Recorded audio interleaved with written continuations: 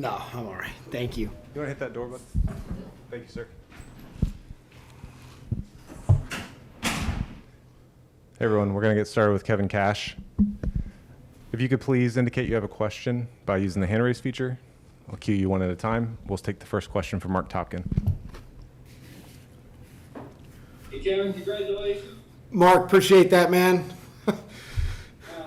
Just obviously the first question, what does it feel like to be going to the World Series? Pretty special feeling. I don't know if I've had many better, other than getting married and having 3 kids.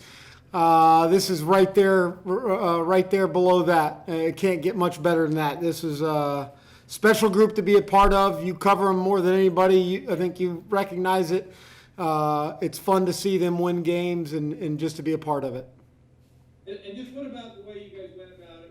You lost the 3 games. You answered questions about it, for days, and just to go out and take charge early in the game tonight. Yeah, the last 3 days were pretty agonizing. There's no doubt. We definitely added to to all of our stress levels. That's a really good team over there. And to think, it would be wrong of anybody to assume that we were just going to walk through that. But I don't know. I couldn't tell you. I probably would have rather got it done in game 4 or 5 than winning it in game 7. Yeah, I just meant the way you scored in the first inning. You kind of did what you hoped to do. Yeah, we need to do everything to support Charlie. We knew he was going to do his part. We were very confident that he was going to come out and letting it rip. As much cushion as we could give him. It was huge to get the runs early. Randy Arozarena, I don't have any words that can describe what he's done, what he's meant to us this postseason. But for him to have a bat in his hand with an opportunity for a big home run, really, I think it settled a lot of people in the dugout. Certainly did me. We'll take the next one from Juan. Hey, Kevin, congratulations. Thanks, Juan. What is it about this team that it seems like no moment is too big for them? Obviously, like Mark mentioned, we've asked you about the 3 losses, but it seems like they first inning ran into home run, and it just seems like they were just the same team as always. Yeah, I mean, look, I don't know what any of us thought going into Game 7. I mean, it's fair to say that the Astros had all the momentum. It was up to us to change it around. There were a couple key things in that game, I thought, that with Willie's diving play, and then certainly Randy and Chuck. But what it says about the club, we're a really good team, and we can withstand some lumps. All good teams show the ability to rebound, and we did. John Romano.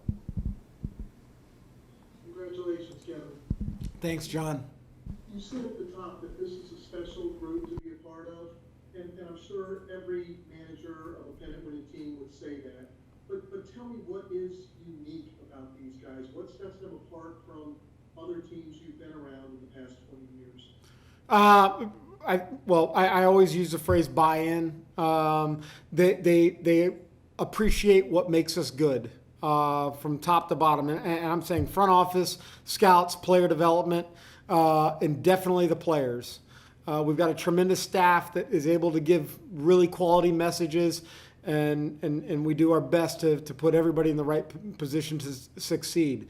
We're not a team, KK just said it out there on the field, we're not a team that is built with superstar after superstar.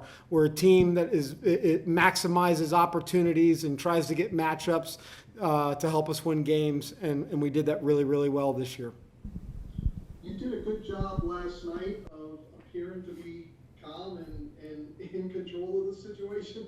What was it like going to bed last night? I didn't. I don't know if I went to bed. It was tough. There's no doubt. A lot of anxiety. Believe me, we've all watched the 4 days in October. I didn't want to see it again. Thank you. We'll take the next one from Fabian Ardaya. Hey, Kevin, congratulations. Thank you. What does it mean? Obviously, some of the big stars tonight, Randy, Charlie, Fairbanks, Anderson, are all guys that you guys have acquired within the last couple of years and sort of been part of these last couple of runs for you guys.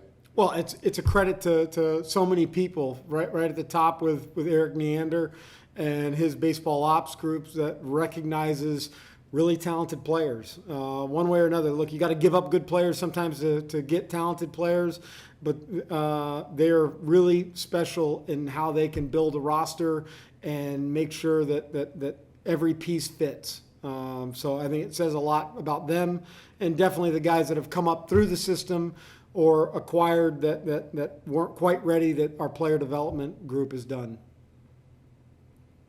Go to Justin Granite. Kevin, congratulations. Thanks, Justin. What do you say about Charlie's performance and then ultimately the decision to go get him for Nick? We're lucky to have Charlie Morton. We're lucky to have, for a group that doesn't have a wealth of experience in these roles, Charlie does. He's been there, done that. It lined up really, really well for us. The thought to go get him, I think we got to stay consistent with what we think are the right decisions, and that's not to say they're not tough.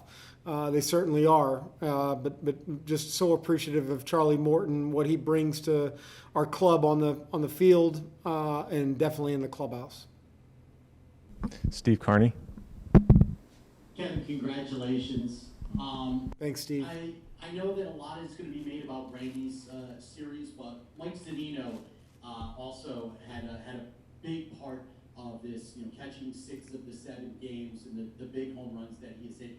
You were a catcher. How big was Mike for this pitching staff and for the staff overall? Yeah, I'm glad you said that, because I think Randy, what he did was pretty miraculous. Z's not far behind. Heavy workload. Guided our pitchers as well as we could ask anybody. And the bat really came to life and was just huge for us. Big hit after big hit, whether it was a homer, whether it was an RBI single, whether it was getting on base to get something going or a sac fly. He really stepped up for us. We're all really pumped for Mike Zunino. Jared Diamond. Hey, Kevin. You kind of touched on this a bit already, but I think there were a lot of people that were probably pretty confused to see you go out and get Charlie when you did. Just give him 2 hits, including that infield single. So I'm just curious, what was it in the data or whatever you were deciding that was the moment? I think that really defied sort of what a lot of people would have done there. Yeah, I mean, without getting too in depth, I mean, it was pretty simple. 3rd time through. We value that. We value our process. Michael Brantley is as talented as a hitter as anybody in baseball, and if you give him too many looks, he's going to get you. The leverage at that point might not have been any higher in the game with first and third, and had all the confidence in the world that him not seeing Nick for 2 times, it was a better matchup. It's no discredit to anybody. It's just that's what we do, and we believe in our process, and we're going to continue doing that. Thank you. Next one from Pedro. Hey, Cash, can you try to describe what these last few weeks have been like playing intensity-wise without any fans in the stadium? They've been very, very intense. I cannot sit here and say that if we were in, at the Trop, our home, or Yankee Stadium, or Minute Maid, that they wouldn't be really intense in those ballparks. But the intensity of what our players show and what the opposition has shown has made everything very, very tense for all of us. So you credit the people here that work at Petco Park and did a tremendous job, and all the people that deal with the acoustics. It gets loud. No, there weren't fans, and we wish we had them, but they did a good job of replicating it. Thanks, man. Yep. Go to Stephanie Epstein. Kevin, you talked about getting buy-in from your players. How do you cultivate something like that when you're occasionally asking them to do things that might feel uncomfortable? I think we owe it to the guys to have consistent messages and let the relationships continue to evolve and communicate as much as possible. When decisions are made or stuff happens that they don't agree with, we owe it to the players to talk to them and let them know, well, this is what our train of thought was. But it doesn't happen everywhere. It's these guys that understand, and I think our coaching staff is just remarkable at how they go about approaching and building those relationships. So there's so much trust involved. Did you have a conversation with Blake last night for that? I did not. Figured it was probably better off for me to leave Blake alone, and let's make sure we win this game. I definitely will have one before we start playing again. I have time for one last one. We'll go to Tyler Kepner.